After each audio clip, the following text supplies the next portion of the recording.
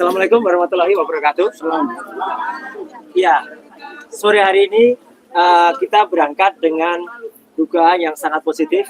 Kita berangkat dengan husnuzon, ya, bahwa sesuai dengan janji kita akan diterima oleh Bapak Wakil Menteri yang sudah berjanji sejak kemarin, yaitu Bapak Profesor Alif Latiful Dayat. Ya, tapi apa yang terjadi? Ya, sampai di dalam kami mendapatkan keterangan dari Bapak Pak Ses Mendikmenjur, ya, Pak Dr. Eko Sulistyo dan Pak Anang dari Ketua PPID, bahwa Pak Wamen ingkar janji. Ya, Wamen tiba-tiba menyatakan ada acara di DPR, ya, dan kami sempat akan langsung keluar lagi karena apa? Pernyataan yang ada pada Pak Dr. Eko Sulistyo dan juga Eko Susanto, maaf, makasih Mas Michael, dan Pak Anang PPD sama persis dengan pernyataan yang dulu pernah kami terima. Tapi ada hal yang sangat menarik. Jadi nanti akan didetailkan oleh Pak Rismond. Tapi Pak Eko meralat pernyataannya yang terdahulu bahwa waktu itu ada Michael juga ya waktu itu. Katanya Gibran itu ada 2 raport, yaitu raport kelas 10 dan kelas 11 dari pendidikannya di Orchard Park Secondary School. Itu artinya dia kelas 1 dan kelas 2 SMA, kalau kelas 10 dan kelas 11 sesuai dengan data ini. Tadi diralat, setelah dia mungkin juga mendengar, dia tahu bahwa faktanya dibuka juga oleh Profesor Zulfikar di Singapura, bahwa Orchard Park Secondary School itu hanya SMP plus 1 tahun. Jadi Gibran itu pindah ke Singapura tuh SMP plus 1 tahun. Ya. Jadi dia hanya dapat kelas 1 SMA. Katanya, ini katanya, ada sertifikat O level katanya. Jadi sertifikat O level itu sertifikat SMP plus 1 tahun. Faktanya, terus terang teman-teman semua, nggak usah kecewa, ya, sama kekecewaannya dengan saya kami di dalam. Tidak ada satupun berkas yang ditunjukkan tadi di dalam. Dan kami sudah minta berkas itu, tapi mungkin harus kita minta dengan Pak Jahmada tadi, kita harus minta dengan kita hadirkan di persidangan. Ya, jadi di PT UN, ya, atau nanti melalui Pak Subhan, itu juga, ya, Pak Subhan yang sedang berjuang juga untuk menggugat Gibran. Dan yang paling menarik adalah konon, tadi Pak Eko Sutanto mengatakan Gibran itu meneruskan di UTS Inses ini untuk kelas 11, kelas 12-nya. 2 tahun. Faktanya, dia tercatat di Kemendikbud ini, itu juga hanya setahun di situ. Jadi itu pun sudah nggak cocok. Lebih faktanya lagi, dari Pak yang ada di, Sydney, ya, mengatakan Pak Iksan Katonde, Pak Iksan mendengarkan kabar juga langsung ketika dia ngantar Gibran itu tidak selesai ada di UTS. Saya akan maksimalkan lagi nanti ketika saya ada di Sydney, ya, gitu. Saya akan tanya langsung baik ke UTS, ke Pak Iksan maupun dengan teman-teman Forum Diaspora Indonesia yang ada di sana. Ya, nanti moga-moga ada orang, mungkin Bang Respon mau ke Singapura, ya, gitu, untuk ngecek kalau ke MPSM misalnya. Kembali. Yang jelas begini. Yang jelas hari ini kita semakin yakin, semakin pasti bahwa Gibran tidak lulus SMA dan sertifikat ini layak untuk kemudian dipertanyakan dan digugat, ya, karena ini adalah tidak benar atau bisa dikatakan sertifikat ini tidak mengalami pengkajian dengan benar. Itu clear banget. Bang Rismon, silakan, monggo. Oke, pemirsa dan rakyat semua yang yang menginginkan pemimpin yang jujur, pemimpin yang benar-benar lulus SMA minimal, ya, seluruh rakyat Indonesia dari Sabang sampai Merauke. Oke, kami sangat kecewa, ya. Pejabat publik setingkat Wamen Dikdasmen berjanji kemarin kepada kita pukul 3 sore. Ya, dia yang berjanji, dia yang mengingkari. Itu sebuah kebiasaan di Republik ini, ya. Oleh karena itu kita menanti sampai besok, ya, jawaban ya atau tidak, bersedia atau tidak untuk menerima kami. Kalau tidak bersedia, apa jawabannya? Kalau bersedia kapan? Jadi kami tunggu, ya, kepada Wamen Dikdasmen Profesor Alif. Ya, itu Alif satu. Ya. Poin yang kedua, ya, Dr. Eko Sulistyo pada pertemuan kami terakhir mengatakan bahwa Gibran mengambil 2 tahun di Ojek Pak Secondary School yang disetarakan menjadi kelas 10 dan kelas 11. Dan hari ini dulu ya, terakhir kami bertemu 2 minggu yang lalu, dan sekarang dikoreksi menjadi kelas 9 dan kelas 10 alias kelas 1 SMA. Ya, setara dengan kelas 1 SMA. Artinya, ya, pemahaman mereka kelas 2 dan kelas 3 SMA itu diambil di UTS Insights kursus. Bisa.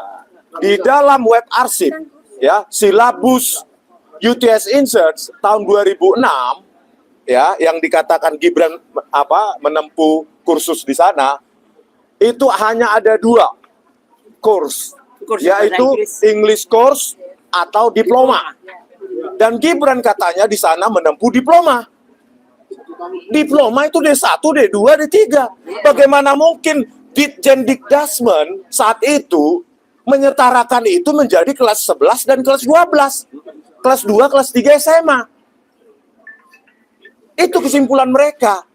Kelas 1 SMA-nya di Orchid Park Secondary School, kelas 2, kelas 3 SMA-nya di UTS Insights mengambil program diploma bisnis. Halo, rakyat Indonesia, kalian dengarkan? Bagaimana manipulasi dokumen itu udah sebuah kebiasaan di Republik ini, khususnya di zaman pemerintahan Joko Widodo. Ya, selanjutnya kita lihat di sini. Saya tanyakan tadi. Iya, ini langsung ditanyakan Pak. Ya, langsung. Ya, persyaratan mereka yang mereka gunakan itu ada di sini. Penyetaran ijazah, panduan penggunaan layanan penyetaran ijazah, Sekretariat Ditjen Pendidikan Dasar dan Menengah Kemendikbud saat itu. Ya, pada halaman 11 saya tanyakan tadi. Ya, huruf F ijazah atau diploma, ya, yang menjadi syarat untuk disetarakan itu tidak ada. Saya bilang, yang huruf F. Apa yang disetarakan? Ijazah, diploma, UTS Insights itu. Padahal dia mau menyetarakan SMK. Iya. Yang dipakai ijazah diploma. Satu itu. Ya, 2 rapor. Rapor 3 tahun. Yang kedua, raport 3 tahun terakhir. Kacau kan? Raport. Di sini udah dijelaskan, J. Raport 3 tahun terakhir. Yang dimiliki berarti raport kelas 1 SMA. Ojek Park Secondary School. 2 raport yang lain mana? Dari diploma. UTS Insights. Coba bayangkan. Raport kelas 1 SMA di Orchid Park Secondary School, 2 raport lainnya dari UTS Insights berupa program diploma. Itulah yang menyebabkan lahirnya surat keterangan SMK grade 12. Harusnya kan di sini, kalau kelas 10 adalah penyetaraan dari Orchid Park Secondary School, harusnya di sini telah menyelesaikan kelas 11 atau grade 11 dan grade 12 dong. Bukan grade 12 saja. Grade 11-nya di mana? Ya. Karena di Orchid Park Secondary School cuma kelas 10, hanya kelas 1 SMA. Kelas 11 12-nya diploma UTS Insights pengakuannya. Terus ini kenapa hanya grade 12? Harusnya kan grade 11 dan grade 12. Inilah pemirsa, ya. Oleh karena itu besok, ya, kita menunggu jawaban dari Wamen Dikdasmen kepada Pak Roy Suryo, nomor HP-nya juga ada, dan kuasa hukum kami, Pak Jahmada Girsang, untuk kami tunggu. Jawabannya gampang sebenarnya. Yes or no? No, yes. nggak apa-apa. No, nggak mau jumpa juga nggak apa-apa. Gitu loh. Itu hakmu, mumpung belum diciduk KPK mungkin ya kan. Nah, yang kalau yes, kapan? Yes, kapan? Kalau Anda takut, ya berarti Anda salah. Kalau benar, kita seminar ilmiahkan saja ini. Ya, oleh karena itu, saya tadi memberikan masukan kepada para tim hukum. Ada Bu Kurnia juga di dalam. Ya, ada Bu Kurnia juga membuka diri. Kalau begini, tipikal pejabat kita, kayaknya selalu kita berakhir di PT UN dan nanti di NO kan. Kekuatan dinasti Jokowi. NO. Begitulah nasib kita. Siklus terus berulang. Ya, rakyat diombang-ambingkan sehingga nanti ini redup, rakyat bosan, dan Gibran tetap capres 2029. Rela nggak? Ya, oleh karena itu, Mbak Menu, mana? Mbak Menu. Mbak Menu, dan semua segenap tim relawan, kalau besok kita tidak mendapatkan jawaban Ya. untuk bisa bertemu dengan Wamen Dikdasmen, Ya. maka silakan para relawan, seluruh elemen relawan, kita arrange untuk mengeksekusi hak kita, berdemonstrasi secara tidak anarkis. Kayaknya mereka hanya paham bahasa keramaian. Ya, kalau bahasa formal begini mereka tinggal menghindar. Silakan di-arrange para purnawirawan jenderal dan lain seluruh elemen masyarakat. Tunggu. Ya, kita akan datang secara pakai suara toa mungkin. Karena kalau cuma begini mereka nggak dengar. Ya. Oke, sampai di situ pemirsa ya semua, kita tunggu besok. Tunggu besok jawabannya apa. Ya, tetapi itulah ya saya simpulkan. Satu SMA di Orchid Park Secondary School, kelas 11 dan kelas 12 diambil Gibran program diploma UKS Insert. Masuk akal nggak? Itu aja jawabannya. Oke, Sebelum Pak Jamada, mungkin Pak Suban ada masukan nggak? Oke, Pak Suban. Apa? Iya. Oh ya, oke. Habis ini ya, Pak Suban. Ya, habis aja dulu ya. Keterangan ini Ya, ini penggugat 125 triliun. bisa kita buka di tun Ya, siap. menggunakan Undang-Undang Administrasi Pemerintahan Ya, pasal 77 Dia namanya lagi viral. keberatan. Dan ini akan saya lakukan. siap. Oke. Saya butuh untuk bukti karena ya. Ya. Jadi ini saya akan melakukan ketun. Baik. Koordinasi Oke. dengan tim hukum. Ya, Siap. boleh. Oke, makasih Pak Suban. Pak Jamada, silakan lanjut. Makasih Pak Suban. Oke. Baik, saya lanjutkan ya. Ya, Saya bilang sahabat-sahabat lah semua ini yang setia sama kita selalu Mas Ray. siap. Jurnalis ini. Saya kepentingan untuk hadir di gedung ini, gedung milik rakyat ini, tentu saya membawa jurus hukum. Nah, Ya jurus hukumnya apa? Kita membicarakan soal pendidikan ini. Mulai dari dasar, menengah, sampai tingkat tinggi di negeri ini. Jangan lupa, kita tidak pernah menyinggung undang-undangnya. Kali ini saya akan sampaikan undang-undangnya. Ya. Bahwa sesungguhnya undang-undang yang menaungi sistem pendidikan dasar, menengah, sampai tinggi sampai tingkat tinggi, itu sanksi pidananya berat loh. Oke. Oleh sebab itu saya bertanggung jawab selaku advokat memberikan penjelasan ini kepada seluruh rakyat Indonesia, ke seluruh stakeholder, ke seluruh yang terlibat, bahkan yang melibatkan diri, bahkan yang terpaksa terlibat atau sudah terlibat di urusan ini. Saya menjelaskan apa itu undang-undangnya. Ada dua. Pertama, Undang-Undang Nomor 20 Tahun 2023. Jelas ya? Itu undang-undang tentang sistem pendidikan nasional, Sisdiknas. Apa yang diatur di situ? Itulah yang mengatur dasar-dasar pendidikan di bangsa dan negara NKRI ini. Diatur baik-baik pasalnya. Lantas hanya baik-baik saja, ada tentu sanksi pidananya. Saya bacakannya biar nggak salah.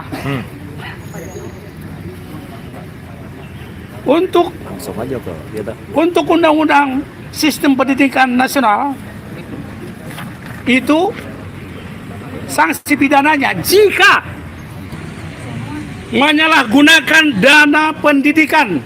Kita no comment tentang itulah. Oke. Ya, Langsung sudah ke sini. terjadi. Ya. Kedua, memalsukan data Nah, pendidikan, hukumannya 5 tahun atau denda 500 juta. waduh. Dendanya katakanlah zaman sekarang mungkin gitu loh. Tapi penjaranya, ancamannya 5 tahun. Jangan lupa itu. Oke? Itu undang-undang pertama. Undang-undang kedua, sesudah ada undang-undang Sisdiknas nomor 20 tahun 2023 tadi, ada turunannya. Oke. Ini lebih seram. Ya. Disebut undang-undang perguruan tinggi ini khusus mengatur perguruan tinggi. Jadi yang kita bicarakan ini kan menyangkut dasar, menengah dan tinggi. Ya. Begitu Mas Roy? Iya. Yang kita bincangkan ini khusus pendidikan tinggi. Undang-undang nomor 12 tahun 2012 masih tergolong bagus. Oke. Masih tergolong baru. Oke, di situ yang mengatur khususnya Tridharma perguruan tinggi. Hati-hati. Waktu Rektor UGM memberikan pidato ada counter dengan Tridharma perguruan tinggi.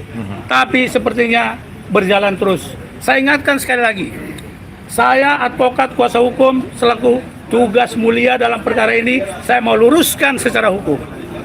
Satu, apa Tridharma perguruan tinggi? Saya perlu jelaskan, Mas Roy. Satu, pendidikan. Ya. Kedua, penelitian. Klien-klien kita ini sedang menangani penelitian modal sendiri. Tidak ada orang besar. Tidak ada bohir. Seharusnya kita bersyukur rakyat ini. Masih ada yang meneliti tentang meneruskan pendidikan di bangsa dan negara ini. Bukan begitu? Saya tidak menghasut ini. Kalau didiamkan semua lama-lama, SD pun bisa jadi presiden nanti suatu saat. Apa kita setuju? Anak saya nggak setuju. Anak-anak setuju? Tidak mau. Harus benar-benar legitimate ijazahnya. Ketiga, Pengabdian masyarakat. Tridharma tadi, pengabdian kepada masyarakat. Hafal saya.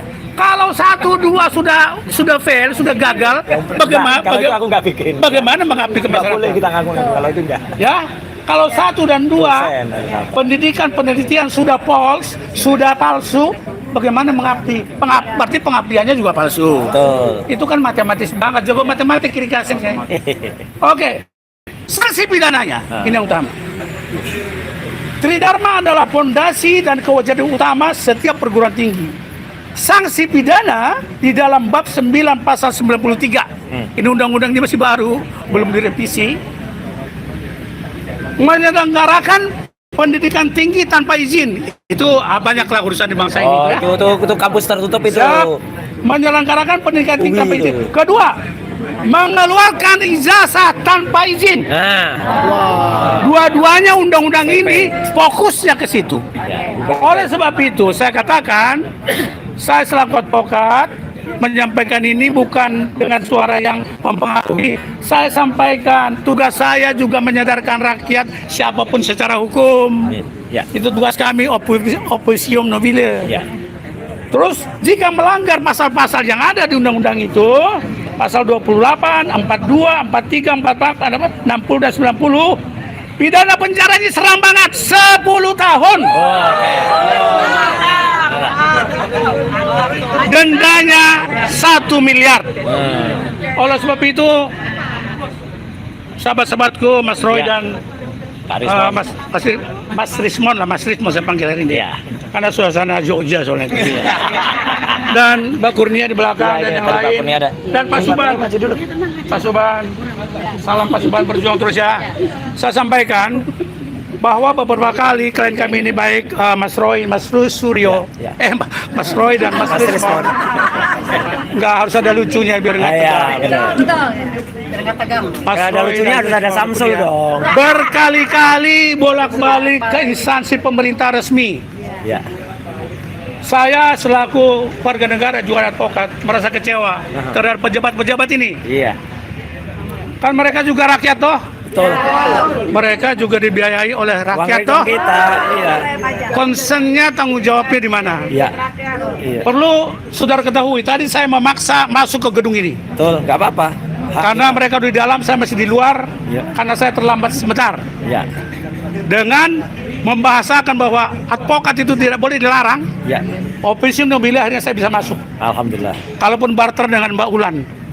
Barter seperti barter barang apa gitu, keluar satu masuk satu, tapi nggak apa-apa. Iya. Yang penting saya udah sampaikan 2 undang-undang ini kepada pejabat-pejabat yang kami temui di dalam. Ya. Dan selanjutnya saya bilang maaf karena saya datang secara hukum, Bapak jawab secara hukum. Bukan begitu Mas Roy? Siap. Izin Pak, boleh nanya? Sebentar, jangan masih panjang ini. Ya, Kapok kawan. jangan ganggu dulu. Mau nanya dulu nih. Oke, jadi saya tegar urgensinya adalah hari ini kami bergerak lebih serius daripada sebelumnya. Iya, iya, iya. Hari ini saya harus tampil menyampaikan 2 undang-undang tentang pendidikan dasar, Ya. menengah sampai pendidikan tinggi. Jika ada pelanggaran dibilang itu, sanksinya sanksi hukumnya pidana 5 tahun dan 10 tahun. Ya. Sekarang siapa yang mau masuk penjara? Apakah Mas Roy dan Bang Rismon? Nggak mungkin. Mereka peneliti kok. Yang salah pasti dari sana. Saya katakan, maaf kata yang salah pasti dari sana. Ya. Dadernya bahasa Belandanya. Oleh sebab itu, marilah bapak-bapak sekalian, pemimpin bangsa ini, saya kalau pidato tidak perlu sebut nama. Ya. Nah, tadi sudah nyebut. Yang lain. Oleh sebab itu, pemimpin kita, khususnya di bidang pendidikan ya Kementerian Pendidikan lah, yang juga prihatin kita sekarang ini, jangan menambah keprihatinan lagi. Perbaiki yang ada, Mas Roy dan Mas Rismon ini datang baik-baik. Siap. Sampai tidak makan siang tadi katanya. Ya. Oke, habis ini kita makan siang ya. Tapi sudah sore. Ya. Bagaimana Dia makan ceritanya? sore, Pak, ya. Jadi kembali saya ingatkan sekali lagi bahwa yang diurus oleh Mas Roy dan Rismon dan Kita semua. dan Mbak Kurnia Ya. dan kami kuasa hukum ada Bang Samsur di sini. Ya. Mbak Menu ada dari ARM. Mbak Menu terima kasih ya. Ya. Dan Pak Suban Ya. senior saya yang berjuang Jakarta Pusat. Ya. Tetap berjuang Pak Suban, kita dukung. Dan jurnalis sekalian, Ya. bahwa hal ini adalah penting sekali, ada hukuman pidananya. Betul. Jangan dianggap ini perkara perdata. Ya. Pidana ini. Ya. Bukan perkara kepailitan ini. Iya, Saya setuju. jelaskan di satu podcast. Ya. Ini bukan perkara kepailitan, ini perkara pidana. Siap menunggu di penjara. Jadi hati-hati kita semua. Oke. Saya pikir itu penjelasan dari saya. Ya. Cukup jelas ya. Ya. Tidak perlu panjang-panjang, yang penting ada poinnya. Ada pertanyaan nih Pak. Ayo, Nah, jadi yang Bapak maksud memalsukan data itu apakah masuk dengan memberikan data ke KPU untuk pencalonan? termasuk itu dari lingkarannya. Ini vicious circle pidana namanya. Kalau berbuat di lingkar pertama, melanjut ke lingkar pertama, namanya vicious circle kriminal. Dan kalau 5 tahun berarti bisa ditahan langsung oleh kepolisian. Tergantung penyidikannya. Termasuk Ya. data ini ya. Ini data di sekretariat ya. negara. Di sekretariat negara, Gibran itu datanya dari Orchard Park Secondary School. Yes. Dia langsung ke MDIS dulu, Yes. baru ke UTS. Berarti kan sudah bertabrakan dengan dana di Kementerian Pendidikan Dasar Menengah. Artinya dari sini sudah pasti ada yang salah. Ya, ini Kementerian Sekretariat Negara loh. Kementerian Negara diadu kok bisa salah. Jadi ini makanya negara kita carut marut oleh karena orang ini, ya. Ini Mas Roy, bias kalau kita ini ada. pidananya cenderung Ya. dibuat palsu. Oh iya, dibuat bahasanya palsu. gitu. Betul. Ada palsu dan dibuat palsu. Iya, ini dibuat palsu. Ya, kalau palsu itu nggak ada menjadi ada. Heeh. 263 KUP. Kalau dipalsukan ada, tapi ijazah orang lain dibuat ucara si A jadi si B, itu Betul. namanya dibuat palsu. Ya. Dari dua hal itu sangat benderang sudah terlihat kok di sini. Ya, betul. Cuma saya nggak mau menjelaskan. Oh dulu. iya, ya. Nanti kita. Kita bukan Disimpan untuk di pengadilan aja Pak ya. Iya. Ya siap. Jadi Bapak siap menghadapi di pengadilan perkara ini? Menghadapi siapa?